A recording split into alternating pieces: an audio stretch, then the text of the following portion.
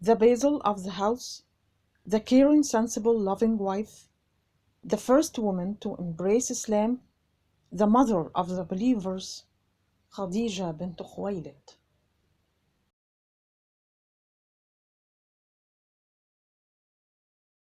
Khadijah's fear for the Messenger of Allah grew stronger, and she became more active in supporting him and comforting him. Although she was approaching the age of 65, her heart was still young, beaten with true faith and moved by the strength of sureness. The messenger hoped that her life would be prolonged until Allah's religion attained victory, and she too hoped that her life would be extended so she might witness the victory and behold the great sun as it illuminated the horizons of the world and dispelled the darkness that had covered them.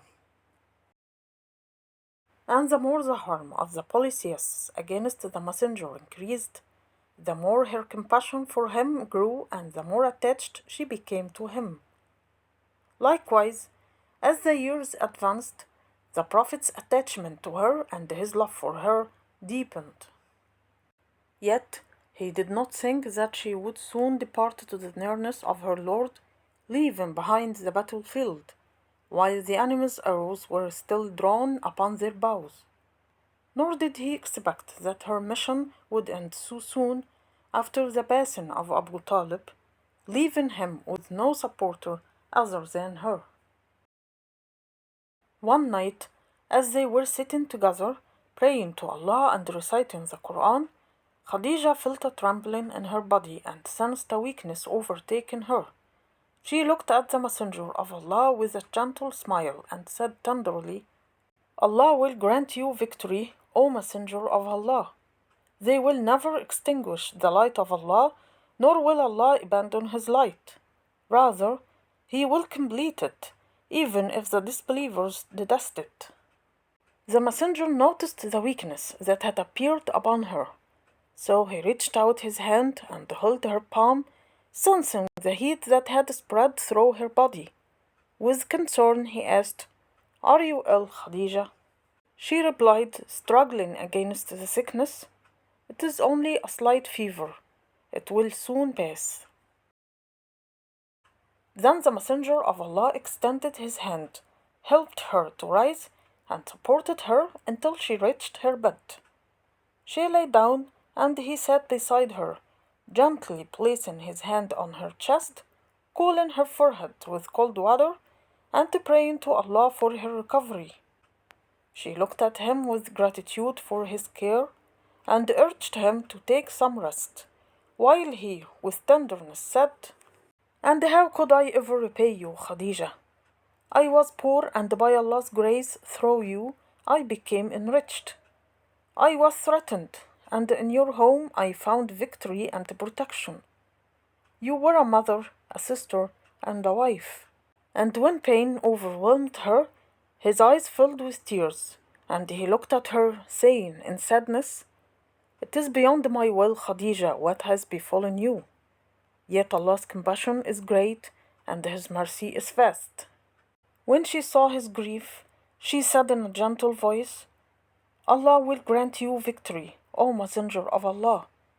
They will never extinguish the light of Allah, nor will Allah abandon His light. Rather, He will perfect it, even if the disbelievers detest it. Then she paused for a moment, and with a smile said, I had hoped to see the great sun rise, dispersing the darkness of the world, and defeating the misguidance in Mecca and beyond. The messenger quickly smiled and said, You will see this sun, Khadijah. This hardship will pass, your health will return, and you will rise again to fulfill your mission. He was silent for a while, looking at her, then said sadly, Allah will heal you, Khadijah, and He will not leave me alone. She overcame her feelings and said gently, Allah is with you, Messenger of Allah. They are plotting, but Allah will turn their schemes back on them. Allah will save you from their claws, and they will not reach you, for you are in the protection of Allah. She was silent for a while, then asked him with a smile, "What has my Lord prepared for me, O Messenger of Allah? Will he accept me and be pleased with me?" The Prophet closed his eyes to hide the tears welling up in them. Then he said with a gentle smile, "Allah is pleased with you, Khadijah, and He is grateful to you. You gave me refuge, you supported me, you sacrificed, and you were a friend to the Messenger of Allah. And whoever helps Allah and His Messenger, Allah will be for him. Verily, Khadijah, for you there are palaces in the gardens of eternity, beneath which rivers flow, built for you from pearls, adorned with roses, overlooking flourishing trees and flowing waters. O Khadijah, indeed the righteous will be in pleasure, on adorned couches observing. You will recognize in their faces the radiance of pleasure. For them are gardens of perpetual residence, which they will enter. They will be adorned therein with bracelets of gold and pearls, and their garments therein will be silk. Receive glad tidings, Khadijah. Indeed, the righteous will be among gardens and springs, accepting what their Lord has given them. Indeed, they were before that doors of good. They used to sleep but little of the night, and in the hours before dawn they would ask forgiveness, and from their properties was given the right of the needy petitioner and the deprived.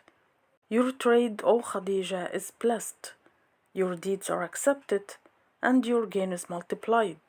Indeed, those who recite the Book of Allah and establish prayer and spend in His cause out of what we have provided them, secretly and publicly, can expect a Prophet that will never perish, that He may give them in full their rewards and increase for them of His bounty.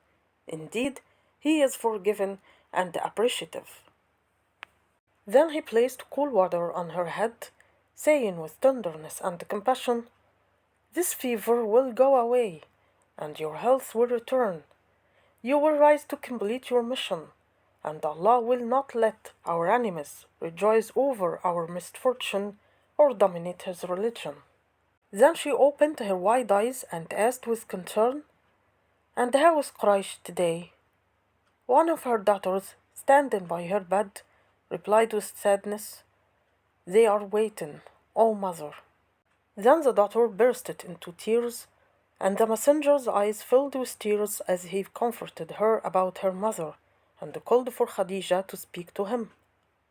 But the illness grew worse hour by hour, and the anxiety of the messenger and his daughters intensified. The sadness of the Muslims who filled the house also grew as they asked about Khadijah and prayed for her. The sorrow of the poor women who lived by Khadijah's generosity and blessings intensified. Abu Lahab and his wife, standing in front of their house, asked anyone coming out about her condition, but they found only harsh words as an answer to their questions, which revealed their gloating and eagerness for this bright badge to be folded away and this strong sword to be sheathed. All of Mecca was asking about Khadijah, the lovers and the haters.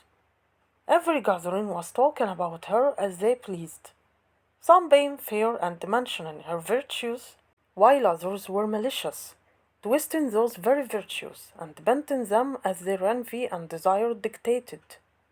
Their ears were keen to hear the news that many were sure would be announced and spread. The messenger and his daughters looked at Khadijah as she approached her end. She cared only about the messenger and the harm he would endure from Quraysh after her. It was a long night. Khadijah's house stayed up, with eyes full of tears and hearts full of anxiety, pleading and praying, while Khadijah was in her bed, with the messenger by her side, having surrendered his affair to his Lord. As the time of dawn approached, Khadijah opened her eyes and looked at her daughters and the messenger.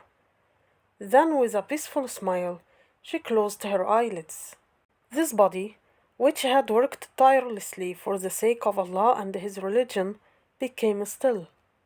The messenger's eyes filled with tears, her daughters cried, and the entire house was filled with the sound of weeping. In the morning, Khadijah's bier was carried from her home on the shoulders of Muslims to the Quraysh graveyards in the northeastern part of Mecca.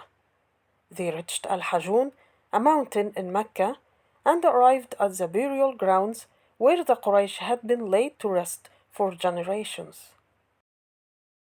There they placed her bier at the edge of the grave. The messenger of Allah descended into it, smoothed the niche with his blessed hands, then he received her pure body and laid it gently in its resting place. He cast upon her face a final farewell glance. Then he emerged with his head bowed low and his eyes flowing with tears, receiving the condolences of Muslims for Khadijah, the mother of the believers.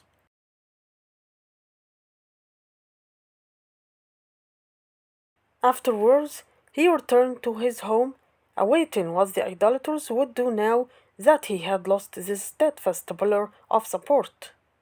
But more about that is left for the next time.